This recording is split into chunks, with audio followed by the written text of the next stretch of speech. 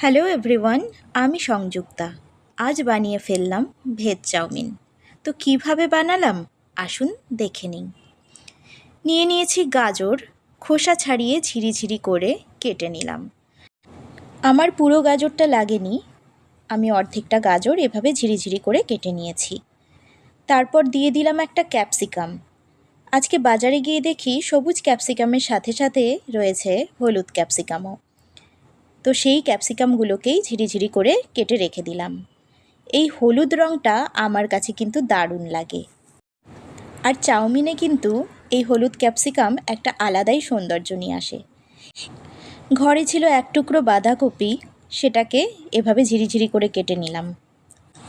বিভিন্ন ধরনের সবজিই চাউমিনে অ্যাড করতে পারেন, তবে আমার হাতের কাছে যা ছিল তাই দিয়েই আমি এটা তৈরি করেছি। নিয়ে নিলাম একটা পেঁয়াজ, খোসা ছাড়িয়ে নিয়ে এটাকেও ভালোভাবে কেটে নিলাম। পেঁয়াজকে অনেকে আমিষের মধ্যেও ধরে থাকেন, আবার অনেকে নিরামিষের মধ্যে। তো আপনারা চাইলে এটাকে রাখতেও পারেন বা স্কিপও করতে পারেন। আমি এখানে একটি মাত্রই পেঁয়াজ নিয়েছি। আপনারা চাইলে কম বেশি পেঁয়াজ দিতে পারেন, কোনো অসুবিধে নেই তাতে।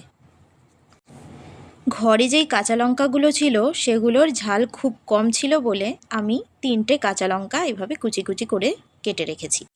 নিয়ে নিলাম কয়েক কোয়া রসুন এবং এক টুকরো আদা, খুব অল্প পরিমাণেই নিয়েছি, তারপর এভাবে কেটে রেখে দিয়েছি।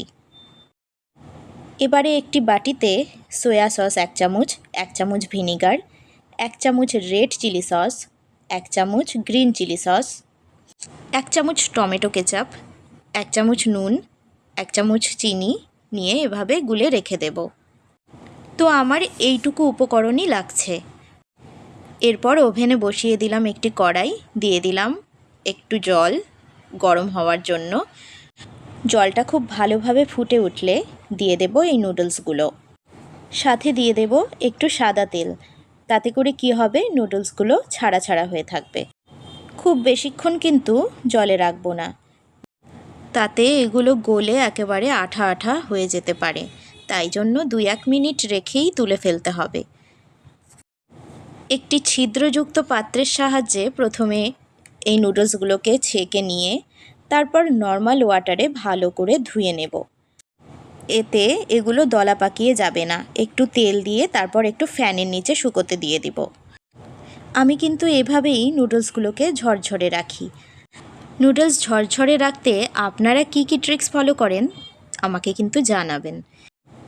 এরপর গরম তেলে পেঁয়াজ, কাঁচা লঙ্কা আর আদা কুচি দিয়ে একটু নেড়েচেড়ে নিয়ে দিয়ে দিলাম একে একে সবজিগুলো।